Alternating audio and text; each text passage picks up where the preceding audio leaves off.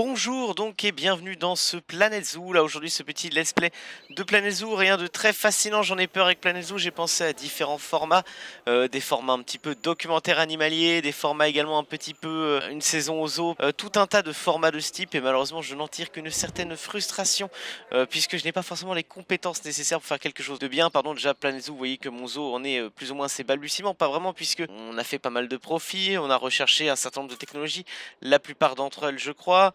Ce qui donc nous permet d'être à l'aise pour développer ce zoo. Je ne vous cache pas que j'attends d'obtenir un certain nombre de points de conservation avant toute chose, avant de développer mon zoo.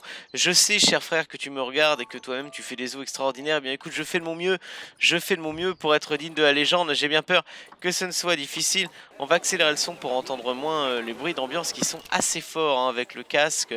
D'autant plus que je n'ai pas le retour de ma voix, ce qui est un peu perturbant. Ça c'est le problème quand on est un professionnel, chers amis. On peut voir les tigres. Alors les tigres, qu'est-ce qu'on a? On a donc ce tigre et si je ne m'abuse sa sœur qui est également la mère de ces petits. Ouais, on en est à ce stade-là. Entrez votre blague cliché sur le nord de la France, bien sûr. Ah, c'était pas sa sœur. Mais qui est-elle donc? Il me semblait que c'était sa sœur. Oui, je l'ai mis sous contraceptif pour pas qu'elle se reproduise avec son frère. Hein. Ah, c'est son père. C'est son père. Autant pour moi, c'est son père. Voilà, donc c'est le père de notre tigresse qui a donc eu des petits avec elle, une femelle et un mâle, soit dit en passant. On espère qu'on aura assez de points de conservation pour se racheter un tigre d'ici là, histoire de ne pas perpétuer cette longue tradition qui existe réellement dans la vraie vie, de la consanguinité chez les tigres en captivité, une tradition bien triste, hein, principalement due au fait qu'on essaie de conserver la blancheur des tigres blancs, et qui fait qu'un certain nombre d'entre eux sont trisomiques. J'aurais tendance à considérer ça comme de la maltraitance à des fins purement esthétiques, mais ce n'est que mon opinion, et puis je trouve bon que les tigres fauves sont plutôt beaux aussi, hein. Ça est plus naturel que les tigres blancs en tout cas. Bon, le petit bassin de nourrissage, nos amis les flamants roses, bien sûr, hein, ils sont bien. Là, honnêtement, il n'y en a pas beaucoup, mais tout à l'heure, bon, j'ai dû en libérer une certaine partie pour obtenir des points de conservation pour relancer mon élevage de consanguinité de tigre. On en avait un sacré paquet, hein, peut-être plusieurs, oh, je sais pas, j'irais une centaine, je me rends pas compte. Mais ouais, il y en avait beaucoup, beaucoup, beaucoup. Comment ça, service inaccessible? Ce service n'est pas inaccessible, mademoiselle. Ah oui, on vend des chapeaux ridicules. Hein.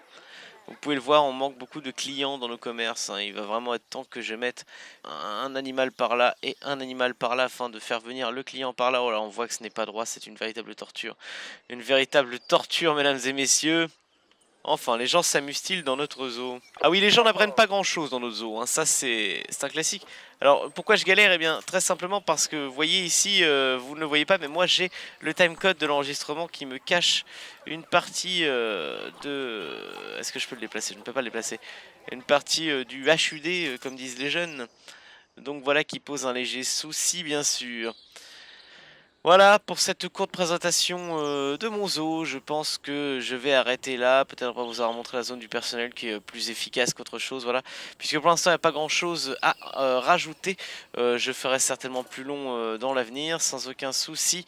En attendant, voilà, on va se laisser donc sur ce plan aérien du zoo.